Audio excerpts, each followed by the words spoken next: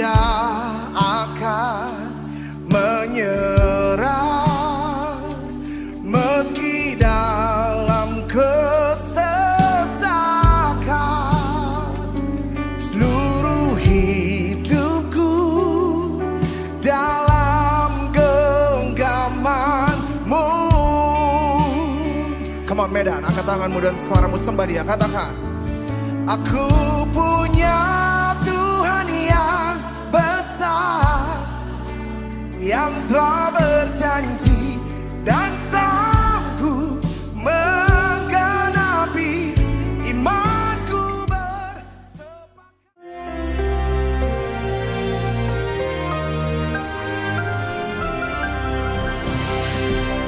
Shalom semua warga kerajaan. Tuhan Yesus menjanjikan kepada Petrus yang menggambarkan kita semua, I will give you the keys of the kingdom. Kunci-kunci kerajaan. Karena ada hal-hal yang tidak bisa dimengerti oleh orang luar, di luar daripada pengikut Kristus. Karena itu salah satu kunci untuk mengerti semua perumpamaan Tuhan Yesus. Dia selalu berbicara dengan perumpamaan. Supaya apa? Orang yang mendengar tidak bisa ngerti, yang punya mata tidak bisa melihat, kecuali yang disingkapkan oleh Tuhan dan mereka yang adalah murid-murid Kristus.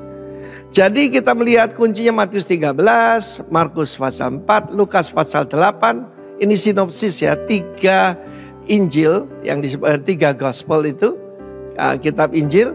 Dan di sini dalam Matius 13 kita dijelaskan tentang the mystery of the kingdom, rahasia.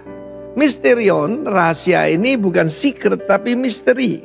Misteri itu orang luar tidak mengerti, tapi yang di dalam bisa mengerti. Kalau orang dunia pakai istilah secret society, tetapi di dalam kerajaan Allah disingkapkan oleh Tuhan. Untuk mengerti mystery of the kingdom ini kan kunci. Jadi kita mesti mencarinya, dan kita mesti mempelajarinya dan bersungguh-sungguh mencarinya. Karena kalau tidak kita tidak akan mengerti, karena Yesus tidak bawa agama Kristen. Dia menyampaikan cuma satu, yaitu tentang the kingdom of God. Dan ada satu perumpamaan yang dikatakan ada seorang yang memiliki ladang dan menabur benih yang baik. Tapi ketika malam ada musuh, ya ada musuh yang menaburkan benih yang tidak baik. Dan firman Allah dijelaskan dalam perumpamaan itu tumbuh bersama. Yang satunya gandum, yang satunya alang-alang ya. Alang-alang di situ adalah mirip dengan gandum, bukan alang-alang yang kita kenal yang dibuat atap itu ya. Tetapi lalang di sini adalah yang mirip dengan itu, tetapi butir-butirnya warnanya hitam.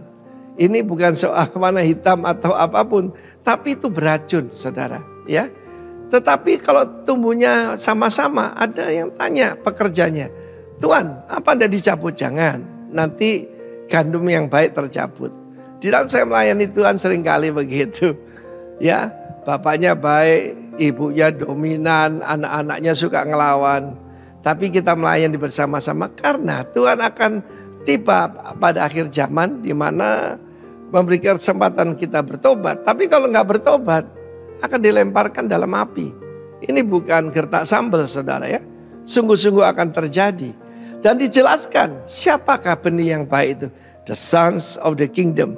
Sayang dalam terjemahan King James, saya cek, New King James juga bilang children. No, itu huios. Huios itu putra. Jadilah putra-putra kerajaan itu yang menghasilkan buah dan mempermuliakan Bapakmu di sorga. Dan dijelaskan, ada anak-anak si jahat dan iblis. Iblis itu si pendakwa, si penuduh. Evil one, poneros. Dan saya mau beritahu bahwa sangat berbeda antara orang yang dilahirkan kembali dan tidak. Dan ini akan tumbuh bersama. Dan saudaraku, kelihatannya dari jauh seperti orang percaya. Dari jauh kelihatannya seperti hamba Tuhan. Tapi buahnya pahit. Karena itu saudara, saya percaya biarlah kita mengerti. The field is the world. Sekali lagi, saya sudah sampaikan harus engage. Tidak bisa kita punya pengaruh kalau kita tidak, yaitu ada di dunia. You are in the world but not of the world. Kiranya Tuhan memberkati kita. Dan saya percaya kita akan memberikan dampak yang baik. Be the sons of the kingdom. God bless you all. Amen. Shalom. Kita percaya kita punya Tuhan yang besar dan ajaib. Amin. Mari pagi hari ini kita mau bersatu hati, kita mau menaikkan syukur kita di hadapan Tuhan. Terima kasih Tuhan, kami mengucap syukur untuk pagi hari ini. Kami ada di tempat ini Tuhan, kami bawa hati kami bawa kerinduan kami Tuhan. Kami mau naikkan pujian syukur dari hati kami Tuhan. Kami rindu nama-Mu ditinggikan di tempat ini. Biarlah kuasa hadirat Tuhan memenuhi tempat ini pagi hari ini Tuhan. Di dalam nama Tuhan Yesus kami persembahkan ibadah pagi hari ini. Amin.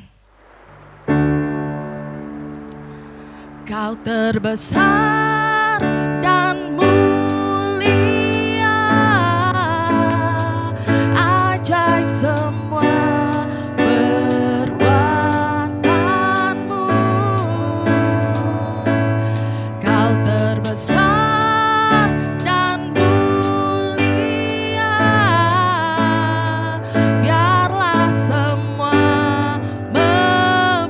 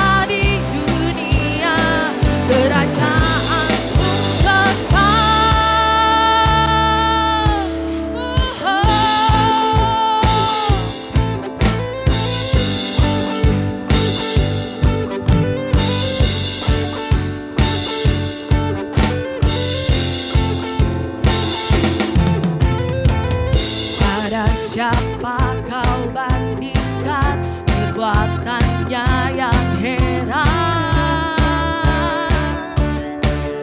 Tak ada kerajaannya yang terbesar, tak akan tergoyahkan. Semua surga mendengar namamu.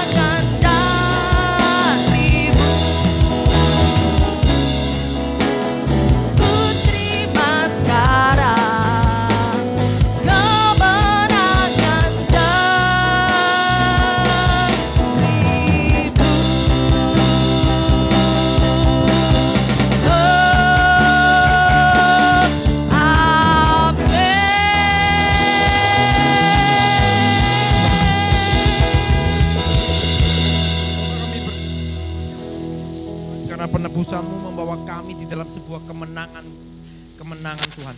Kami tahu kami tidak diciptakan untuk kalah Tuhan, tapi kami diciptakan untuk kami alami kemenangan. Karena itu kami bersyukur untuk setiap penebusan-Mu.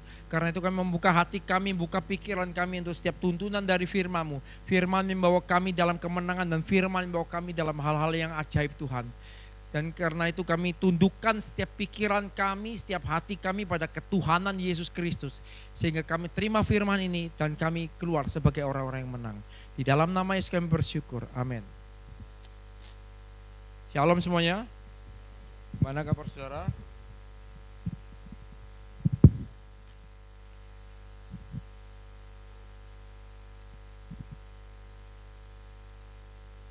Oke. Saya akan mulai khotbah saya. Kalau kita melihat semua ketidakpastian yang ada di dalam dunia ini, kan sekarang dunia kalau kita mau lihat tidak ada yang pasti kan. Apa yang bisa kita andalkan, semua tidak ada yang bisa kita andalkan. Tapi tahukah kita bahwa sebenarnya dunia yang tidak pasti ini bukan menjadi sebuah rancangan Tuhan. Karena kalau kita melihat semua rancangan Tuhan di dalamnya pasti ada kebaikan. Pertanyaan kan gini, kenapa semua ketidakpastian ini terjadi atas dunia ini, kan begitu. Dari waktu ke waktu dunia kalau kita melihat kok banyak hal yang tidak pasti yang terjadi atas setiap dunia ini. Bahkan terjadi kekacauan di mana-mana, perang di mana-mana, dan berbagai hal yang tidak pasti ini terjadi di dalam dunia. Kan seperti itu. Nah, kalau kita melihat semua sistem dalam dunia, percaya tidak percaya, itu disebabkan karena adanya dosa. Dosa yang telah membuat sebenarnya dunia ini tercemar. Dosa yang membuat semuanya terjadi sebuah kekacauan. Nah, kenapa kok bisa seperti itu? Nah, coba kita lihat di dalam 1 Yohanes 5 ayat 19. Kita tahu bahwa 1 Yohanes 5 ayat 19. 1 Yohanes 5 ayat 19. Oh lain tadi. Oke. Kita tahu bahwa kita berasal dari Allah dan seluruh dunia berada di bawah kuasa si jahat. Artinya dunia dan semua sistem yang ada itu ada dalam sebuah kendali daripada musuh. Kan seperti itu. Tapi kita harus kabar baiknya bahwa kita bukan berasal dari dunia ini. Kita berasal daripada Allah itu sendiri. Nah, di luar Kristus, orang-orang yang ada di luar Kristus, semua jalan-jalan yang ada dalam dunia ini pasti ujungnya membawa setiap kehancuran dan pasti ada menuju maut. Saudara lihat ada yang kelihatannya baik-baik, habis itu kok mengalami hal yang tidak diinginkan. Kenapa? Karena di luar Kristus semua ada dalam kendali musuh. Di luar Kristus semua itu ada dalam kendali si jahat. Nah, kalau kita lihat makanya Amsal 14 ayat 12 bilang gini. Ada jalan yang disangka orang lurus, kelihatannya lurus dan baik-baik, tapi ujungnya menuju maut. Nah, kenapa adanya dosa? Karena sebenarnya dosa terjadi pada waktu manusia pertama Adam tidak mentaati suara Tuhan. Dia lebih mentaati suaranya yang lain, kalau saya bilang ya. Kenapa? Karena waktu Tuhan sebenarnya, waktu Adam, Tuhan memberikan arahan Adam, jangan makan buah pengetahuan baik dan jahat. Tapi dia lebih mendengarkan perkataan istrinya. Sehingga dari ketidaktaatan ini masuk yang namanya dosa. Nah, kita boleh coba kita lihat dari Kejadian 3 ayat 17.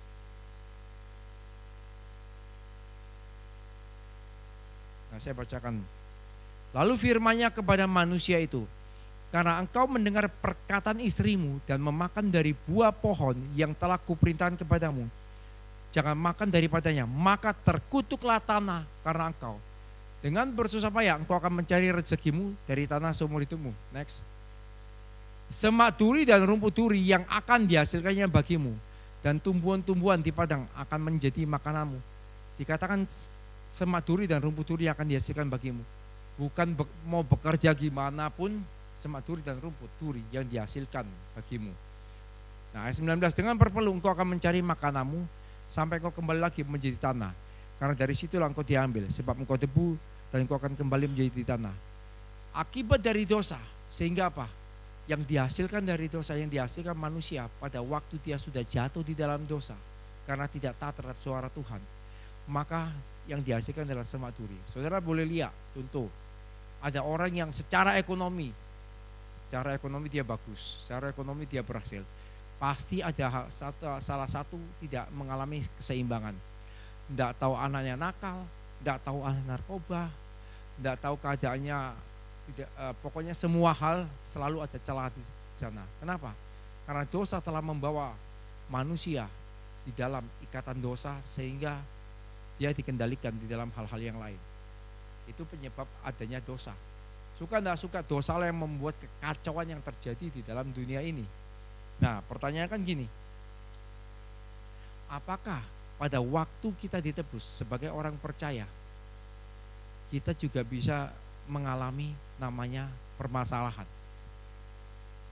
Kalau saudara melihat bahwa setiap orang percaya pada waktu dia ditebus, apakah yang dialami oleh orang-orang dunia yang tidak di dalam penebusan Kristus juga dialami oleh orang-orang percaya?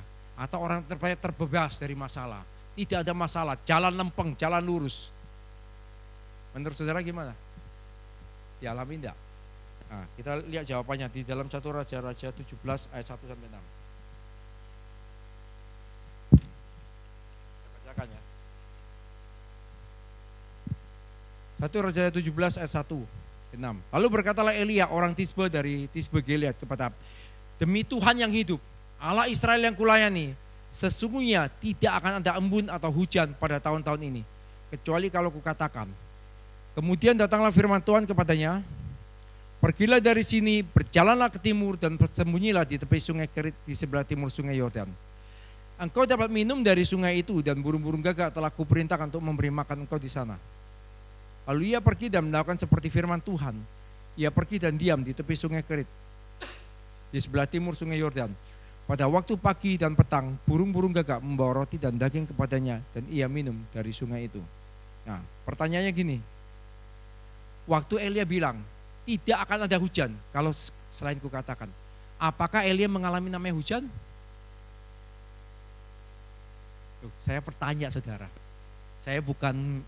ini bukan wacana. Loh, waktu Elia bilang tidak akan ada hujan, apakah Elia terus yang lain tidak mengalami hujan, terus Elia mengalami hujan enggak?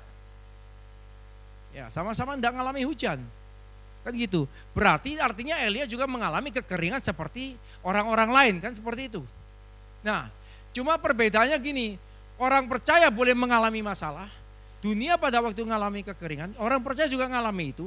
Cuma artinya akhirnya perbedaannya adalah orang-orang percaya berakhir dengan kemenangan. Nah, kalau orang-orang di luar Kristus, tidak akan ada namanya kemenangan. Karena pada waktu kita melihat, pada waktu Elia mengalami kekeringan juga. Kan dia bilang tidak akan turun hujan, berarti kan mengalami kekeringan. Maka ada pertolongan dari Tuhan mengirimkan burung gagak itu. Saudara tahu nature burung gagak itu apa? Rakus. Dia tidak mungkin dong bagi-bagi makanan atau dia kirim daging sama Elia. Artinya apa? Tuhan yang suruh perintahkan burung gagak ini untuk memberi makan Elia. Nah, itulah keajaiban yang akan Tuhan buat bagi setiap orang percaya. Hal yang tidak mungkin akan Tuhan buat menjadi mungkin. Tidak ada namanya cerita burung gagak berbagi-bagi, itu tidak ada. Burung gagak punya nature itu rakus. Dia akan punya kepentingan diri sendiri. Tapi karena Tuhan yang perintahkan, maka burung gagak ini bisa membagi sesuatu buat Elia. Nah, kan seperti itu. Nah, kalau kita lihat Elia pada waktu setelah sungai Kerit, dia juga ada waktu ke Janda Sarwat, diberi makan. Jadi selalu ada pertolongan demi pertolongan atas orang percaya. Tapi kemenangan yang dialami orang percaya tidak bisa terjadi secara otomatis. Karena orang percaya ini harus memiliki sebuah kesadaran. Kesadaran atas identitas rohani yang ada pada diri orang percaya. Kalau kita tahu bahwa ya masalah yang terjadi ya sudahlah terjadi. Anggapannya kita pasrah. Saudara nggak ngerti identitas saudara. Bukankah identitas rohani kita, apa yang Tuhan sediakan dalam Kristus, ini harus juga dialami oleh orang percaya. Waktu Tuhan menebus manusia, dan manusia itu ada dalam Kristus, maka dari situ dia sebenarnya punya dua identitas. Yaitu identitas karena kelahiran secara jasmani. Ya kan? Iren adalah anak dari Bunani. Dia tidak menjadi anak siapa-siapa, kan seperti itu. Nah, ada namanya identitas jasmani kita. Tapi kemudian waktu kita dilahirkan di dalam Kristus, kita punya identitas yang baru, yaitu identitas di dalam Kristus. Identitas rohani kita adalah identitas dalam Kristus, anak Allah yang maha tinggi. Nah, kalau sebagai orang tua jasmani saja, kita tidak tega ngelihat anak kita susah, apalagi Tuhan sebagai Bapa kita. Pasti kita juga bisa Tuhan memberikan segala sesuatu yang kita perlukan, butuhkan. Bukankah Alkitab mengatakan bahwa Allahku akan memenuhimu menurut kekayaan dan kemuliaan dalam Kristus Yesus. Artinya identitas ini sangat penting. Kita harus sadar, identitasku bukan kalah. Identitasku ini adalah identitas untuk kita alami kemenangan. Tidak akan terjadi kemenangan kalau saudara tidak sadar bahwa identitas diri saudara siapa. Siapa identitas rohani kita? Kemenangan, bukan lagi kekalahan, bukan lagi jadi pecundang, tapi orang-orang yang alami kemenangan. Nah, kemudian pertanyaan kan gini, kenapa kemenangan tidak bisa terjadi dari identitas jasmani? Harus dilahirkan oleh Kristus. Karena pada waktu kita identitas rohani ini tercetak atas kita, baru kita alami kemenangan. Karena suka tidak suka, waktu kita lahir, kita sudah membawa namanya benih dosa. Benih daripada keturunan di atas kita. Makanya kalau saudara lihat ada orang yang suka asumsi aja. Terus orang ini ada namanya penyakit turunan. Kemudian orang yang butuh pengakuan. Terus kegagalan, kemunafikan, kebohongan, suka berdalih dalam perceraian. Ini adalah dampak dari sebenarnya benih dosa, kutuk, ya kan. Saudara ada pokoknya kalau ada saudara kelihatan ngalami masalah terus, ini sebenarnya apa? Ada namanya benih dosa yang diturunkan dari atas ke bawah, sehingga tidak akan ada kemenangan bagi orang-orang yang hanya ada dalam identitas jasmani. Harus dilahirkan kembali. Karena hanya Kristus yang bisa membawa kemenangan itu. Kutuk itu hanya bisa bilang ketika kita dalam Kristus. Karena Roma 8 ayat 1 bilang gini, bagi orang yang di dalam Kristus tidak ada penghukuman. Artinya di luar Kristus selalu ada namanya penghukuman. Nah, karena itulah untuk kita alami kemenangan harus kita sadar akan identitas rohani kita siapa. Nah, sekarang kayak misalnya ini. Anggap Pak Moses Tonistiono ini konglomerat, ya kan? Terus Hana ini pergi kantornya dia. Orang kan pasti takut sama dia, sama Hana, anak-anaknya ya. Kalau belum tahu namanya anaknya Hana sama Audi. Pergi ke kantornya Pak Moses Tonistiono. Orang kan pasti takut. Biarpun masih misalnya Hana ini bukan bekerja di kantor itu, pasti orang hormat. Kenapa? Karena orang tahu bahwa Hana ini kan anak dari Pak Moses Tonistiono. Begitu juga kita. Waktu kita dilahirkan di dalam Kristus, kita harus sadar identitas rohani kita. Maka sebenarnya dari situ kita tahu secara pasti masalah boleh ada, tapi kemenangan harus menjadi bagian kita sebagai orang-orang percaya. Nah, apa identitas rohani kita? Identitas kita kan bukan benih dosa. Tapi identitas kita sebenarnya adalah sebuah benih ilahi. Kita baca 1 Petrus 1 ayat 23.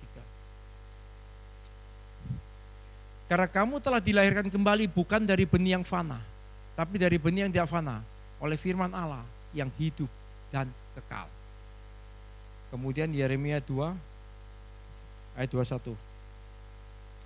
Namun aku telah membuat engkau tumbuh sebagai pokok anggur pilihan, sebagai benih yang sungguh murni. Betapa engkau berubah menjadi pohon berbau busuk, pohon anggur liar. Artinya gini, hidup kita sebenarnya tercipta dari benih ilahi. Hidup kita bukan dari benih dosa. Hidup kita ini sebenarnya harusnya tidak ada penyakit turunan, tidak ada lagi kutuk, tidak ada lagi kita butuh pengakuan.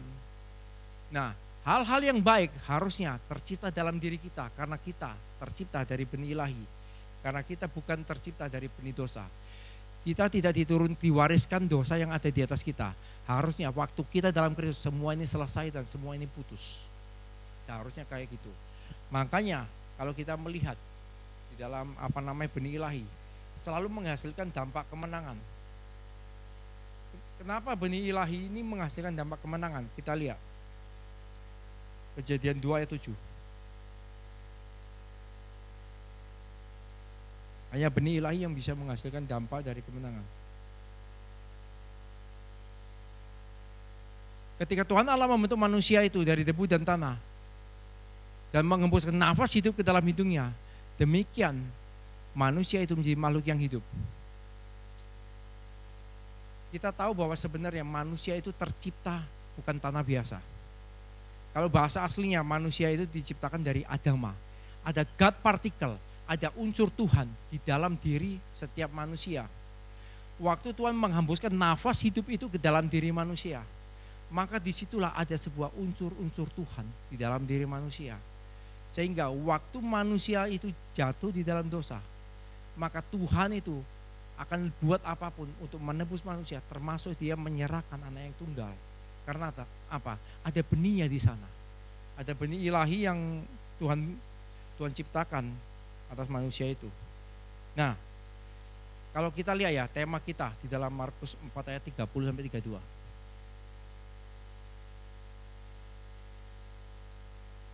Katanya lagi, dengan apa hendak kita membandingkan kerajaan Allah itu? Atau dengan perumpamaan manakah hendak kita menggambarkan? Hal kerajaan itu seumpama biji sesawi yang ditaburkan di tanah. Memang biji itu yang paling kecil daripada segala jenis yang ada di bumi.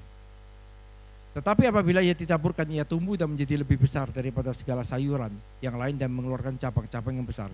Sehingga burung-burung di udara dapat bersarang dalam naungannya. Sekalipun benih ilahi itu hanya sebuah benih, tapi dia bisa menghasilkan dampak yang besar. Makanya identitas rohani kita sebenarnya bukanlah benih jasmani atau benih dosa. Tapi identitas rohani kita adalah benih ilahi. Karena itulah kita akan perlu menghidupkan sebuah benih ilahi itu. Nah, saya percaya gini. Waktu Daud, kita buka dulu dalam Mazmur 139. Kemana aku dapat pergi menjauhi rohmu? Kemana aku dapat lari dari hadapanmu? Jika aku mendaki ke langit, engkau di sana. Jika aku menaruh tempat tidurku di dunia orang mati, di situ pun engkau. Jika aku terbang dengan sayap fajar dan membuat kediaman di ujung laut, juga di sana tanganmu menuntun aku dan tangan kananmu memegang aku. Saya percaya di dalam kesendirian Daud, waktu Daud merasa sendiri, waktu Daud mau pergi menjauhi Tuhan, dari situ sebenarnya benih ilahinya berteriak. Dia tahu bahwa dia bilang gini, Tuhan, aku tidak bisa menjauhi rohmu Tuhan. Waktu aku mau lari dari hadapanmu, engkau ada di sana. Saudara percaya bahwa dalam satu titik, waktu saudara merasa capek, saudara merasa jenuh, saudara merasa sendiri, ada sebuah suara di sini, itulah sebenarnya benih ilahi. Benih ilahi di sini akan berteriak dan bilang bahwa sebenarnya bahwa kita tidak akan pernah ditinggalkan sendiri. Nah, dalam beberapa waktu yang lalu mungkin, sebelum pergantian dari Moses Toniseno ke Kotuti, saya sempat ngomong, saya tak cuti untuk saya tidak khotbah, tidak apa. Tapi di dalam waktu kesendirian saya sebenarnya ada satu hal yang membuat saya struggle sampai saya merasa jujur saya capek waktu itu. Nah, tapi di tengah malam, ya istri saya nggak tahu, istri saya pada waktu itu sudah tidur. Tengah malam, pada waktu itu saya sampai saya dapat sebuah ayat bilang gini. Waktu Tuhan saya buka-buka Alkitab. Nah, ada sebuah perkataan Tuhan yang membuat saya akhirnya saya tahu saya harus bangkit. Nah, waktu Tuhan berkata dengan wanita Samaria itu kan bilang gini, wanita yang kedapan bersinar. Tuhan bilang gini, Tuhan, mereka tidak menghukumku, aku pun tidak menghukum engkau. Nah, perkataan yang Tuhan pada waktu katakan bahwa dengan wanita itu, aku pun tidak menghukum engkau, itu membuat saya kembali bangkit. Membuat saya bahwa saya tahu saya tidak sendiri. Saya tahu bahwa Tuhan kalau sudah namanya Tuhan, aku pun tidak menghukum engkau, berarti pasti ada jalan buat saya. Nah, benih ilahi ini akan berteriak. Saudara boleh lari kemana, saudara boleh menghindar kemana. Tapi benih ilahi ini yang akan mengejar saudara untuk saudara pada akhirnya saudara kembali bangkit. Nah, karena itu saran saya, perhatikan suara dari benih ilahi. Jangan perhatikan suara dari benih dosa. Nah, sekarang benih ilahi dalam diri saudara, apa yang sedang dikatakan oleh benih ilahi dalam diri saudara. Nah, karena pada waktu benih saudara mengikuti arahan dari tuntun benih ilahi, disitulah sebenarnya ada jalan yang akan Tuhan sediakan buat saudara. Nah, karena itu sebenarnya para pemimpin rohani di tempat ini harus bisa melihat benih ilahi di dalam diri setiap orang-orang yang dipercayakan. Saya mungkin akan kesaksian sebentar bahwa mungkin sekitar 25 tahun yang lalu, kalau saya nggak salah di dalam tahun itu, saya ada di dalam kebaktian. Kalau di sini namanya remaja itu apa, roket ya, roket. Saya ada dalam sebuah ibadah remaja. Nah, di dalam ibadah remaja itu saya adalah orang yang kadang nakal, kadang baik, kadang nakal, kadang baik. Sampai orang-orang para pengurus di sana bilang sama almarhum mentor saya sebut namanya Coach Jeffrey Michael Pesik. Dia bilang gini, Coach Jeff, sudah Erwin ini tidak usah dianggap, kita yang tanggung dosanya. Sudah tidak usah dianggap, sudah tidak usah diurus, anak ini troublemaker. Tapi pada waktu itu yang saya bersyukur, Tuhan taruh hati Tuhan di dalam diri namanya Coach Jeffrey ini. Dia bilang gini, enggak, apapun terjadi biar aku yang nanggung semuanya. Coach Jeff sama waktu itu sempat bilang gini, Jeff, Win, apapun juga, siapapun menolak kamu, tapi Coach Jeff enggak pernah menolak kamu. Kalau kita lihat pada waktu itu saya membuat troublemaker. Saya orang yang selalu membuat masalah. Sebentar baik, sebentar nakal. Sebentar baik, sebentar nakal. Jujur pada waktu itu pasti bosan. Tapi saya bersyukur Coach Jeff melihat benih ilahi di dalam diri saya. Yang waktu itu orang enggak bisa melihat itu. Nah, sampai satu titik saya itu, karena saya nakal, saya narkoba, papa saya ini istilah gini, sudah sampai gergeten, telepon saya kasih mati, papa saya telepon teman saya, sampai teman saya ketakutan, dia tahu tempat saya di mana, terus dia bilang gini, kamu segera pulang, kalau enggak kita semua kena polisi. Nah, saya enggak mau korbankan teman saya kan, saya bingung, siapa ya, saya pulang ini pasti dihajar sama papa saya. Nah, saya punya ide nakal, wah, nek sama pendeta kan sungkan pasti papa saya. Saya telepon Coach Jeff. Dan saudara perlu tahu itu jam 12.20 malam. Coach Jeff, ini papa mau kamu sama aku, kamu di mana? Jujur di rumahnya Bandar. Sudah kamu kesini. Saya naik taksi ke rumah Coach Jeff, diantar. Waktu dia ntar papa saya mau marah, terus dia bilang gini, sudah Susuk, jangan Susuk.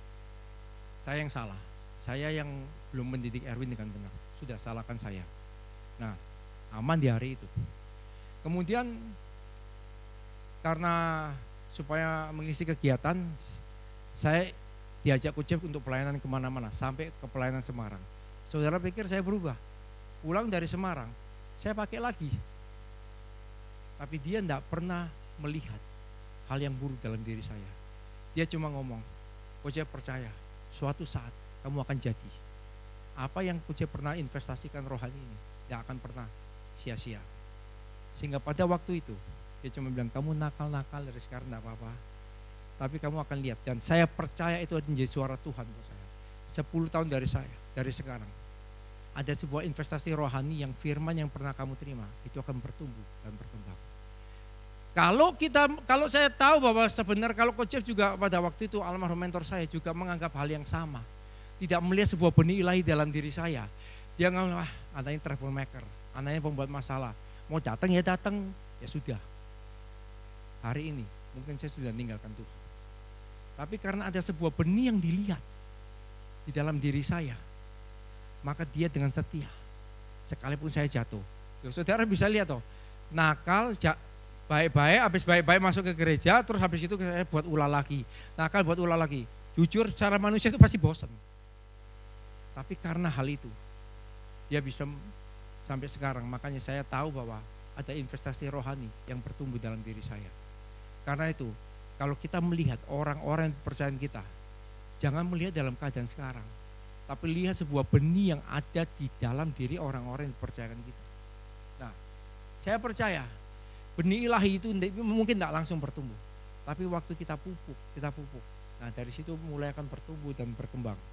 Nah, kemudian gini, benih ilahi ini adalah identitas rohani kita. Tapi supaya benih ilahi ini bisa menghasilkan dampak, maka sebenarnya benih ilahi ini harus bertumbuh dan menjadi dewasa. Nah, ayat tadi waktu Markus kita lihat, waktu benih itu burung-burung bisa bersarang pada waktu benih ilahi ini sudah bertumbuh, sudah berbuah. Kalau hanya menjadi benih saja, dia belum bisa dilihat dan tidak bisa menghasilkan dampak. Coba lihat lagi di Markus berapa? Markus 4 itu ya. Markus 4. Coba. Nah, dikatakan gini ya. Dengan apa? Terus ayat 31 dikatakan gini, hal kerajaan itu semua biji sawi yang ditaburkan di tanah. Memang biji itu yang paling kecil daripada segala jenis yang ada di bumi. Ayat 32. Tapi apabila ditaburkan, ia tumbuh dan menjadi lebih besar daripada segala sayuran yang lain dan mengeluarkan cabang-cabang yang besar, sehingga burung-burung di udara dapat bersarang dalam naungannya. Artinya gini, benih ini harus bertumbuh, benih ini harus berbuah. Tidak hanya menjadi sebuah benih saja.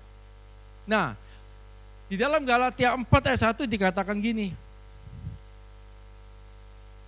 yang dimaksud selama seorang ahli waris belum akil balik, sedikit pun ia tidak berbeda dengan seorang hamba, sungguh pun ia adalah Tuhan dari segala sesuatu. Hidup kita sebenarnya harus menjadi sebuah pesan buat orang lain. Hidup kita harus bisa, orang bisa melihat bahwa Kristus ada di dalam hidup kita. Tetapi untuk hidup kita menjadi sebuah pesan, untuk kita menjadi dampak, maka benih ilahi yang telah ditanam dalam diri kita, ini harus bertumbuh dan berkembang dan menjadi dewasa. Bagaimana orang bisa melihat hal-hal yang baik dalam Kristus dalam diri kita, kalau kita tidak, benih dalam diri kita ini tidak kita tumbuhkan dan tidak kita aktivasi. Nah, benih ini harus bertumbuh dan menjadi dewasa.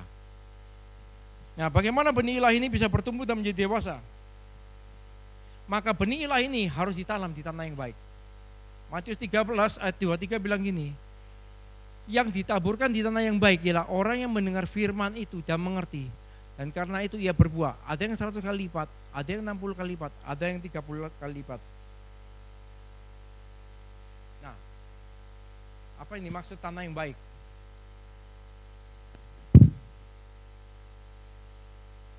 Yang dimaksud tanah yang baik sebenarnya adalah sikap hati kita. Bagaimana kita menerima firman itu. Ini berbicara dengan sikap hati. Kalau kita ingin menganggap firman ini hanya menjadi enteng-enteng aja. Kalau kita firman ini kita nggak, oh saya sudah tahu. Ada familiarity dalam diri kita. Maka firman ini tidak akan bertumbuh. Dan firman, sedahsyat apapun firman, siapapun yang membawakan firman ini, maka firman ini tidak bisa bertumbuh dan berbuah. Karena kita menganggap apa? Oh saya sudah tahu. Karena ya sikap hati ini sangat penting untuk kita bisa menangkap semua firman yang diberikan oleh siapapun juga. Nah, Amsal 4 ayat 23 bilang gini, jagalah hatimu dengan segala kewaspadaan karena dari situlah terpancar kehidupan. Bagaimana firman itu bisa bertumbuh, maka kita sendiri yang punya tugas untuk hati kita bisa menerima setiap firman yang diberikan. Kita harus menjaga dan melihara firman itu yang tertanam dalam hati kita. Ada orang bilang, sering kali saya dengar doa gini ya, Tuhan tolong jaga hatiku. Masalahnya untuk menjaga hati bukan lagi menjadi tugas Tuhan. Coba kita lihat Amsal 4:23 tadi bilang gini, jagalah hatimu dengan segala kewaspadaan. Berarti bukan Tuhan dong yang jaga. Berarti adalah kita sendiri yang jaga firman ini. Yang jaga hati ini. Sehingga firman itu waktu diberikan sama kita bisa bertumbuh dan berkembang. Nah, bagaimana cara kita menjaga hati kita? Untuk kita punya sikap hati yang betul, untuk kita menjaga setiap firman yang diberikan ini, kita menjaga dan memelihara firman ini adalah sikap hati kita, kecenderungan hati kita hanya kepada hal-hal dari perkara-perkara ilahi. Contohnya, kalau kita lihat, sekarang apa yang dalam hati kita? Firman Tuhan yang dalam hati kita atau masalah yang kita besarkan? Kalau kita cuma tidak menjaga hati kita tidak punya sikap hati yang betul, maka firman ini tidak bisa bertumbuh dan berkembang dan kita tidak akan pernah bisa alami namanya kemenangan. Karena kemenangan yang terjadi ditentukan pada waktu apakah firman ini bertumbuh dan berkembang dari benih ilahi yang sudah bertumbuh dan berkembang. Benih ilahi ini kan perlu namanya tanah yang baik. Nah, tanah yang baik ini adalah waktu kita diberikan. Apakah kita benar-benar firman ini bertumbuh dan berkembang dengan menjaga memeliharanya. Kita condongkan hati kita hanya pada firman atau pada masalah yang sedang terjadi. Nah, ini adalah dua pilihan atas hidup kita. Apakah orang kadang-kadang bilang gini, saya yang butuhkan bagaimana solusi dari masalah saya nggak butuh firman. Nah, justru kuncinya adalah di firman ini. Waktu kita menerima firman, nah bagaimana kita tahu kita menerima firman? Pernah nggak saudara tahu? Waktu saudara baca ayat, tiba-tiba kayak ayat ini kayak loncat, muncul. Itu sebenarnya adalah sebuah suara Tuhan yang datang atas kita. Nah, tangkap firman ini, jaga firman ini, pelihara firman ini. Kalau perlu perkatakan firman ini, sampai firman itu terngiang-ngiang dalam diri kita. Sehingga perlahan-lahan kita akan bisa melihat ada kemenangan yang terjadi atas hidup kita. Kemudian yang kedua, sekarang jenis makanan apa yang kita masukkan dalam hati kita itu menentukan apakah benih ilahi ini akan bertumbuh di dalam diri kita atau benih dosanya yang bertumbuh dan berkembang dalam diri kita. Selama ini kita terima jenis input yang kita masukkan di apa? Apakah informasi-informasi dunia yang berkata, wah dunia sudah dalam kekacauan. Dunia sedang ada di dalam ketidakpastian. Oh, kita akan mengalami kelaparan, kita akan mengalami hal-hal yang tidak enak. Atau jenis input yang kita masukkan adalah bilang gitu ya, boleh jadi kita mengalami masalah, dunia boleh ada dalam masalah. Tapi kemenangan menjadi bagian orang percaya. Allahku akan memenuhi seluruh keperluanmu menurut kekayaan kemuliaan dalam Kristus Yesus. Segala perkara dapat kutanggung dalam Dia yang memberikan kekuatan padaku. Nah, sekarang pertanyaannya, jenis input apa yang kita masukkan? Ini yang akan menentukan. Apakah kita pada akhirnya benih ilahi ini akan bertumbuh dan berkembang? Atau benih ilahi atau benih dosa yang hidup dalam diri kita? Ini sangat menentukan. Karena namanya benih, kalau dia dikasih makanan yang salah, dia tidak akan bertumbuh berkembang. Makanan dari misalnya tumbuhan daripada misalnya ini apa ya, biji apokat. Tapi kalau dia dikasih makanan yang membuat bertumbuh salah, dia tidak akan bertumbuh. Tapi waktu dia dikasih jenis input yang betul, maka benih ilahi dalam diri kita ini akan mulai bertumbuh dan berkembang. Makanya tentukan jenis input apa yang akan kita terima. Nah, caranya ada bagaimana? Waktu kita terima ada jenis input dari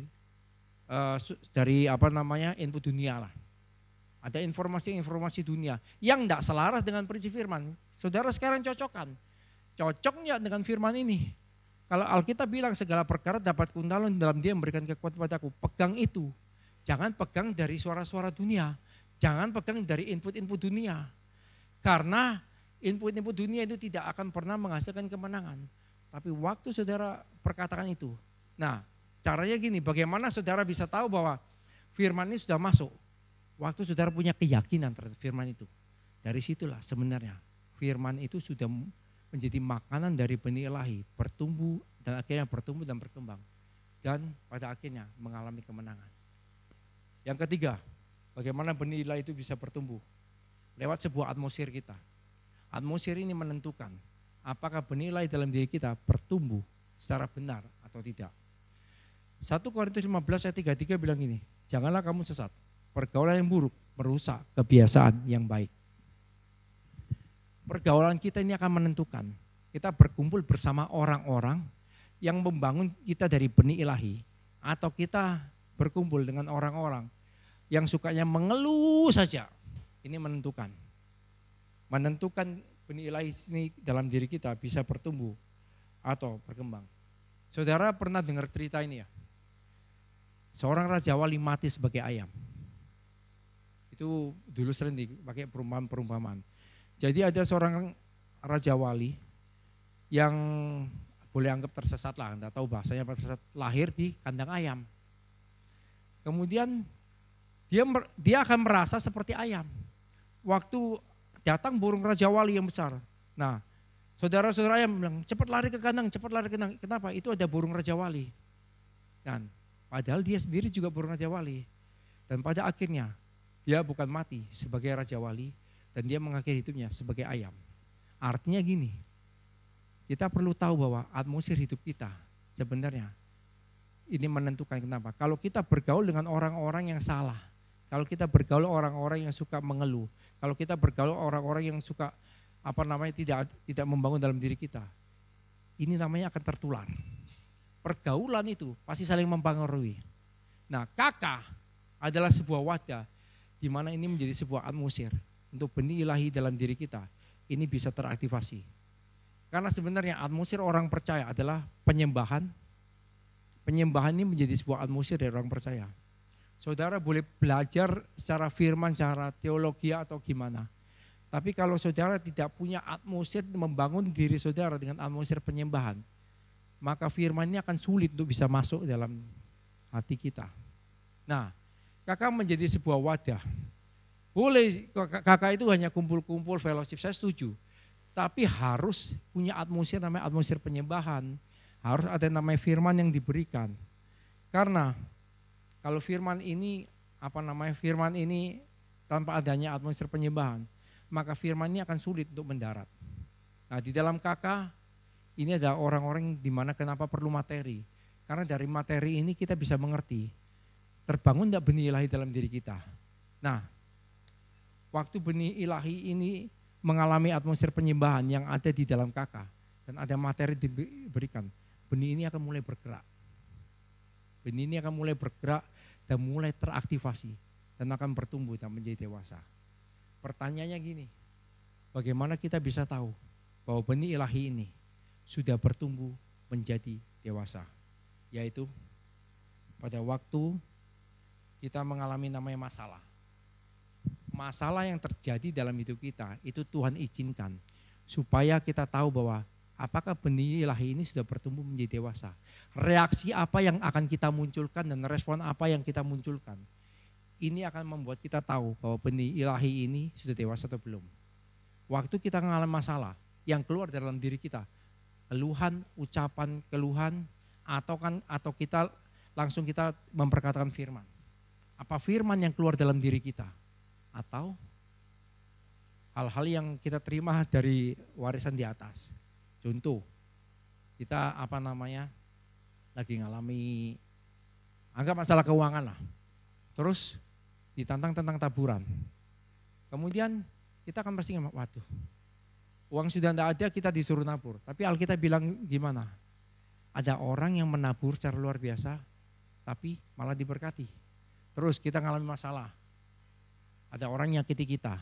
Yang keluar dari mulut kita adalah aku memberkati dia, aku mengampuni dia. Atau yang keluar orang itu memang gak benar orang itu. Nah, ini menentukan. Waktu kita ngalami masalah, waktu kita dalam tekanan, yang keluar di dalam diri kita ini apa? Apakah kita bertindak selaras firman atau kita bertindak menurut cara-cara dunia? Nah, ini akan menentukan yang bisa dilihat benih ilahi ini sudah bertumbuh dewasa atau belum. Coba kita lihat di dalam 1 Samuel 30 ayat 6. Saudara baca ini dan saudara coba imajinasikan keadaan Daud. Dan Daud sangat terjepit karena rakyat mengatakan hendak melempari dia dengan batu. Seluruh rakyat itu telah pedih hati, masing-masing karena anaknya laki-laki dan perempuan. Tapi Daud menguatkan kepercayaan kepada Tuhan Allahnya. Di saat sebuah kondisi di mana Daud ini sangat terjepit. Saudara kalau baca, saudara coba imajinasikan keadaan seperti itu. Apakah saudara bisa menghadapi keadaan ini, keadaan yang tidak gampang.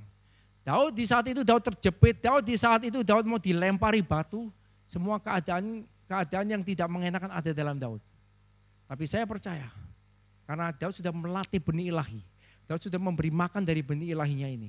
Maka Daud tetap menguatkan kepercayaan kepada Tuhan Allahnya. Sekarang, di saat sekarang, kondisi yang saudara alami sekarang, kalau saudara mengalami masalah, apakah saudara bertindak selaras firman? Atau saudara bertindak ya sudah pasrah lah, keadaan seperti ini ya seperti ini. Nah, itu adalah pilihan di tangan saudara. Tapi kalau saudara mengalami kemenangan, saudara menjadi dampak, maka mari aktivasi benih ilahi kita, mulai beri makan benih ilahi kita, mulai kita baca firman, mulai kita berdoa, mulai kita menyembah, dan batasi jenis input dunia yang masuk dalam diri kita. Jangan pernah masukkan dalam hati, tapi yang saudara masukkan adalah firman itu sendiri. Dan sikap hati kita adalah sikap hati yang mau benar-benar belajar untuk menerima firman, memelihara firman ini. Dan saya percaya lewat orang-orang dalam GBI Sumbawa ini akan menghasilkan sebuah dampak yang besar. Nah, kalau saudara sudah menghitungkan benih ilahi dalam setiap masing-masing kita, satu hal yang saya percaya, bangunan rumah ibadah secara permanen bukan menjadi sebuah angan-angan saja, tapi itu akan menjadi sebuah kenyataan di mana janji Tuhan akan segera terjadi atas hidup orang-orang GBI Sumbawa. Terima kasih, khotbah saya selesai. Mari kita berdoa.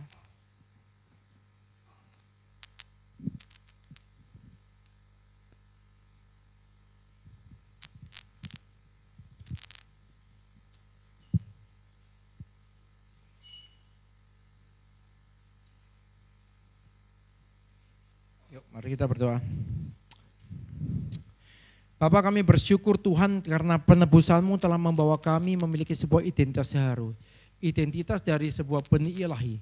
Dan yang kami tahu saat ini Tuhan, kami mau aktivasi benih ilahi ini. Karena lewat dengan kami mengaktifasi benih ilahi ini Tuhan, maka benih ilahi dalam diri kami akan bertumbuh dan menjadi dewasa. Dan kami tahu waktu benih ilahi ini bertumbuh dan menjadi dewasa, kami pasti mengalami kemenangan. Karena identitas kami bukanlah kekalahan. Identitas kami bukanlah sebuah masalah yang akan terjadi. Bahkan identitas kami bukanlah kami mengalami sakit penyakit. Kekurangan bukan identitas kami Tuhan. Kegagalan bukan identitas kami Tuhan. Dan kami, tapi yang menjadi identitas kami bahwa kami alami kemenangan, kami sehat secara, kami mengalami kesehatan dan kami mengalami kelimpahan yang menjadi sebuah bagian kami. Sehingga lewat gereja ini, maka orang-orang dalam gereja ini akan berdampak, dan lewat orang-orang tempat ini, maka Sumbawa akan banyak orang-orang dimenangkan karena mereka melihat sebuah Kristus yang ada di dalam diri kami. Terjadi di dalam nama Yesus. Terjadi di dalam nama Yesus.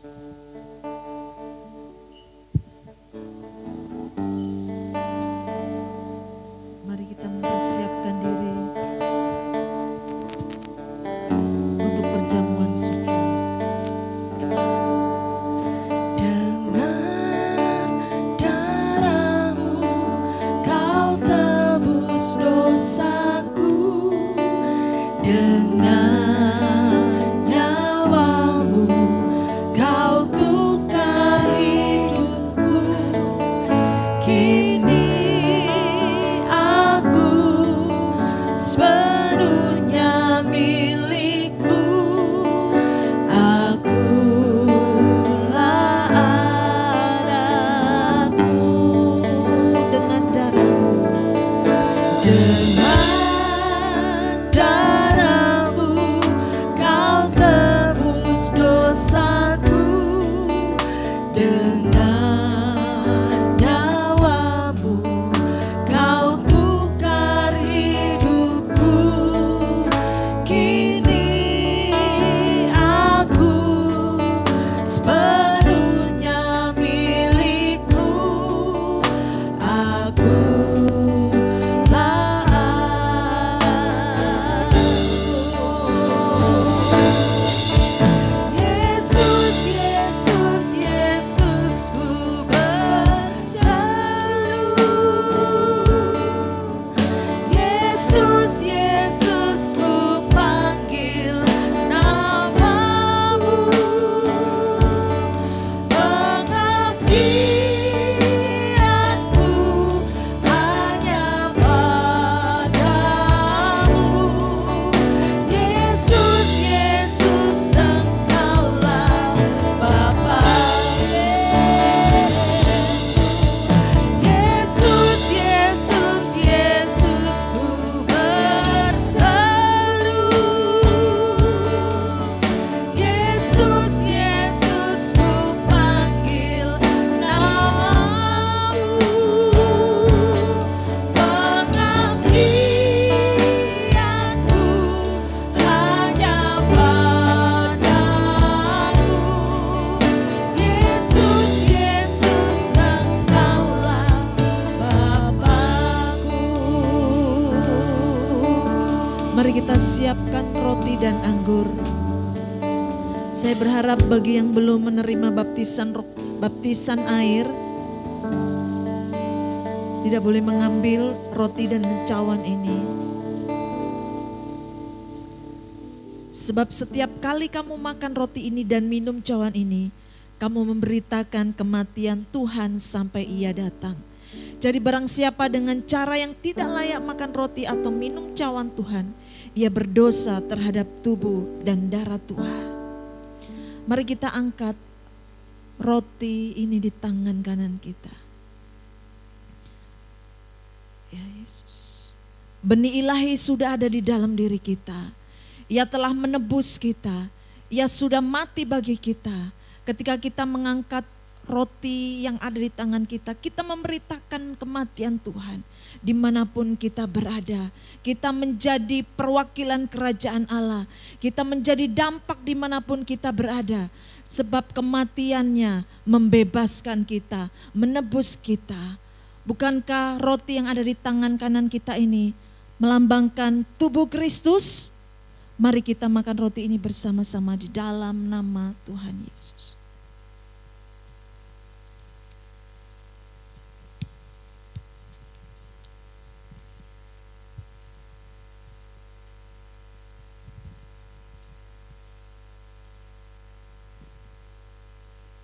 Mari kita angkat cawan di tangan kanan kita.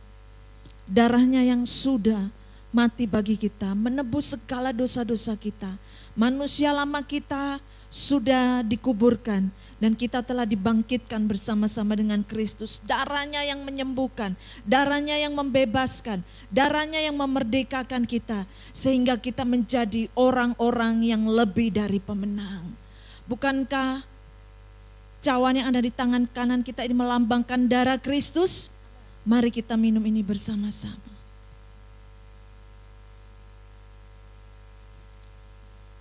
Terima kasih Tuhan. Yesus, Yesus, Yesusku berseru. Yesus, Yesusku panggil nama pengabdianmu. Pengabdianku hanya padamu. Yesus, Yesus Engkaulah Bapa Yesus. Yesus, Yesus, Yesusku berseru.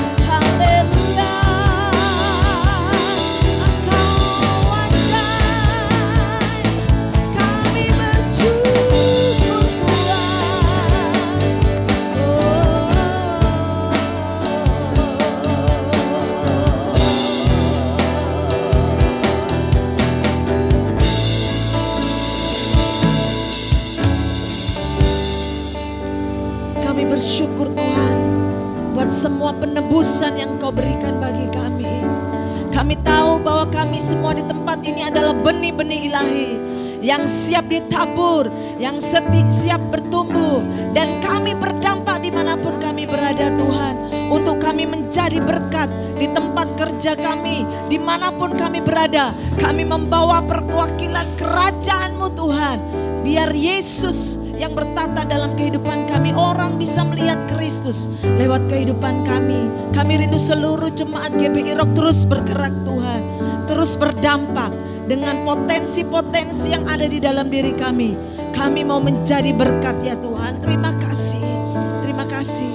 Mari kita bersatu hati memberkati Indonesia. Biar Indonesia dipenuhi dengan shalom Tuhan, dipenuhi dengan kemuliaan Tuhan. Apapun yang terjadi atas Indonesia, Tuhan turut bekerja. Mari kita sama-sama bersuara memberkati Indonesia. Dalam nama Yesus, Indonesia diberkati Tuhan. Indonesia dalam perlindungan Tuhan. Indonesia berharga di mata-Mu Tuhan. Indonesia maju, Indonesia emas terjadi, Indonesia berkah dapat. Terima kasih Tuhan. Kami percaya Engkau melawat Indonesia. Pemilu yang sudah berjalan, bahkan akan ada pengumuman. Kami percaya bahwa situasinya ada di dalam kendali Tuhan. Kami gagalkan setiap rencana-rencana yang tidak berasal dari Tuhan, apapun yang sudah dibuat. Kami bersatu hati pagi hari ini, kami tolak dalam nama Yesus. Biar hanya pemerintahan Tuhan bekerja atas Indonesia. Engkau yang telah memilih pemimpin yang berasal daripada Tuhan. Dan Engkau yang akan melaksanakan apa yang menjadi janji-Mu atas Indonesia. Dan Engkau sendiri yang akan bekerja Tuhan. Tuhan, Kau memberikan kedamaian dari setiap pulau-pulau yang ada. Tuhan melindungi. Bahkan kami berdoa Tuhan, jauhkan dari hal-hal yang tidak kami inginkan. Kecelakaan, mara, bahaya, bencana apapun yang ingin ada terjadi atas bangsa kami. Tuhan, Engkau turut ambil dalamnya. Engkau bekerja atas Indonesia. Semua ada di dalam kendali dan kontrol Tuhan. Berkati pemimpin kami yang masih ada, Bapak Jokowi dan seluruh jajarannya. Tuhan memberikan hikmat, Tuhan memberi kemampuan untuk mengatasi segala situasi yang ada di Indonesia ini. Dan biar umat Tuhan, bangsa ini mengandalkan Tuhan di atas segalanya. Terima kasih, kami juga memberkati kota Sumbawa di dalam nama Yesus. Hasil ladang diberkati Tuhan, hasil pertanian diberkati Tuhan, hasil laut diberkati Tuhan, dan ekonomi Sumbawa makin maju. Kami katakan diberkati Tuhan. Semua usaha-usaha sekalipun terlihat sepi, tetapi kami mau melihat anak-anak Tuhan mengalami perbedaan. Diberkati oleh Tuhan. Terima kasih Bapak, pemerintahan yang ada di kota Sumbawa, Tuhan memberkati. Orang-orang yang takut akan Tuhan, orang-orang yang berintegritas, itu terjadi atas pemimpin kami. Bahkan persiapan calon bupati yang ada di kota ini, kami percaya orang yang terbaik yang Tuhan pilih, sesuai dengan kehendak Tuhan. Terima kasih Tuhan, terima kasih. Kami berkati gereja Tuhan di kota ini. Engkau pakai gereja ini menjadi jawaban Tuhan bagi kota ini. Kami bergandengan tangan, kami bersatu hati. Biar kami menjadi berkat dan berdampak bagi kota ini. Terima kasih Tuhan, kami memberkati pelayanan misi juga yang ada di Sumbawa ini. Berkati misi Ampang, Pelampang, Kanar, dan dimanapun tempat-tempat baru yang akan kami buka. Orang-orang yang kami jangkau, semuanya terbuka dalam nama Yesus. Gereja Tuhan siap untuk menerima jiwa-jiwa yang Tuhan percayakan buat kami. Terima kasih Tuhan. Pagi hari ini kami akan memberikan persembahan umum dan persembahan misi. Biar persembahan ini untuk pekerjaan Tuhan. Kami memberi dengan hati yang penuh ucapan syukur. Hanya di dalam nama Tuhan Yesus. Haleluya. Amin. Shalom warga Kerajaan Allah, kembali lagi di Rock News Minggu 17 Maret 2024. Ibadah Raya Minggu 24 Maret 2024 akan dilaksanakan di Aula Quick Chicken Zubento, Jalan Kepiting nomor 5. Ibadah akan dimulai jam 8 pagi. Kita akan diberkati melalui hambanya Bapak Gembala GBI Rock Mataram, Pendeta Gunawan Handoyo. Sembahwa berdoa dilaksanakan setiap hari Rabu jam 6 sore di tempat Ibu Linda, Jalan Kerangka Baja. kami mengundang Bapak Ibu Saudara sekalian untuk ikut bergabung bersama dalam keluarga Kerajaan Allah. Mengenai waktu dan tempat, silahkan menghubungi GKK yang tertera. Bagi yang belum bergabung, mari ikut bergabung. Kita akan mendapat kesatuan hati, tumbuh bersama dan menangkan jiwa. Doa puasa dilaksanakan setiap hari Sabtu jam 5:30 pagi di tempat Ibu Linda, Jalan Kerangka Baja. Ibadah Roki dilaksanakan setiap hari Minggu jam 11 siang di Aula Tunas Daud.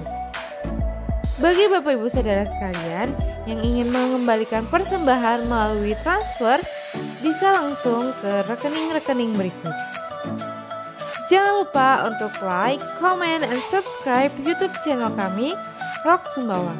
Dan ikuti kami di sosial media, Facebook dan Instagram @rocksumbawa. Demikian Rock News untuk minggu ini. Selamat hari Minggu, Tuhan Yesus memberkati.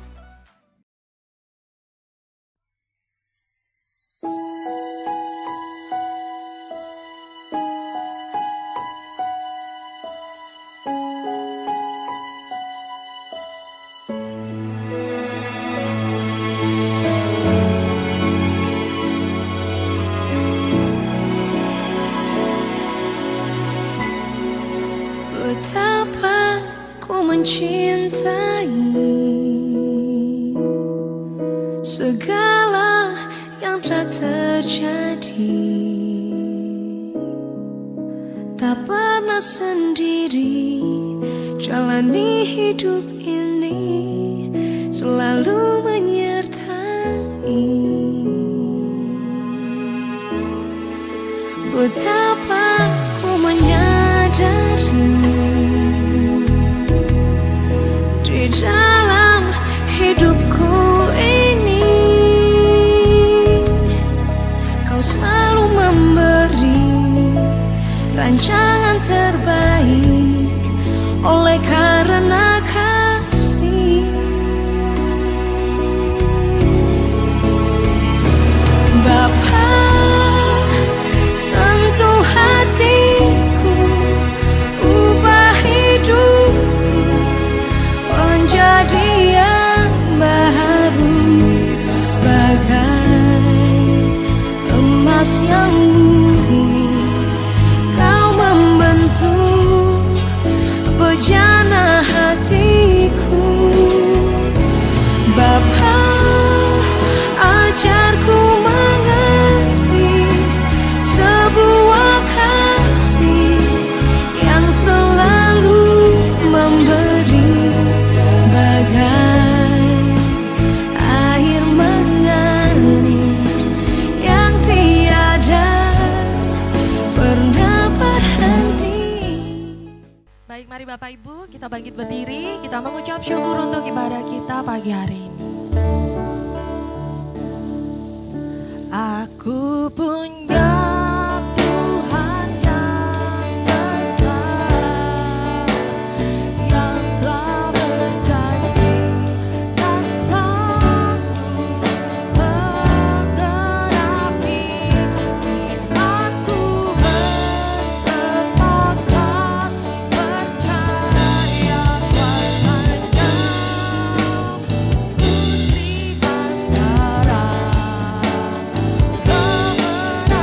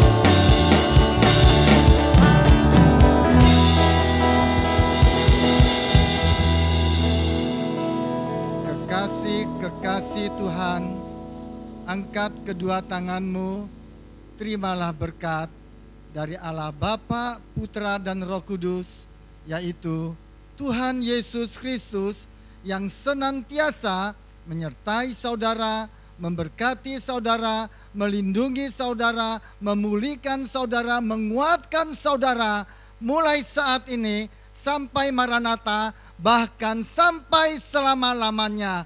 Semua yang percaya dan yang sudah diberkati sama-sama katakan, amin. Tuhan Yesus memberkati.